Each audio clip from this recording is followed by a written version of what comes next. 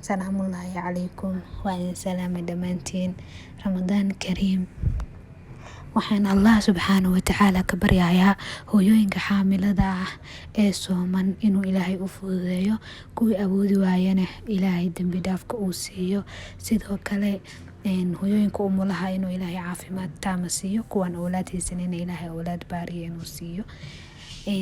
Hadduu Allah yiraahdo maanta waxaan idinla wadaagayaa cabitaan aad u anfacayo hooyooyinka sooman inay ku afuraan xiliga afurka, kaas oo qayb ka qaadanayo inuu soo celiyo dhiiga iyo HB-ga iyo faa'iidada uu leeyahay.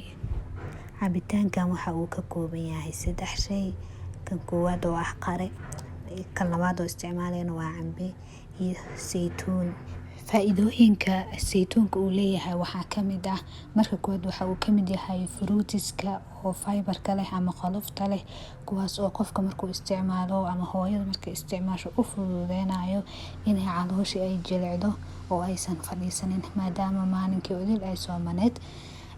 Marka labaad ama qodobka labaad, hooyadu wuxuu siinayaa energy ama tabar ayuu siinayaa. Faa'iidooyinka uu leeyahay geedka saytuunka aad ayuu u badan yahay. Waxaa kaloo ka mid ah wuxuu soo celiyaa dhiiga ama HB-gana kor ayuu u qaadaa.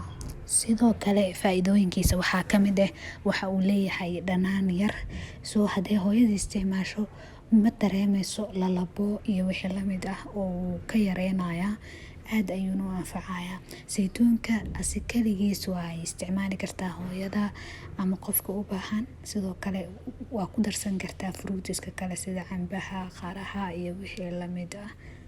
Xiliga afurka hooyada waxaa u fiican inay isticmaasho cabitaano yacni macaankooda uusan zaid ahayn, sidoo kale gaas iyo wixii la mid ah uusan ku kicineynin, laabjeexana ka yareynayo inay isticmaasho. Saytuunkan ila tijaabi, waxaan rajeynayaa inuu ku anfici doono hadduu Allah yiraahdo. Waa ku mahadsantahay daawashada muuqaalkan.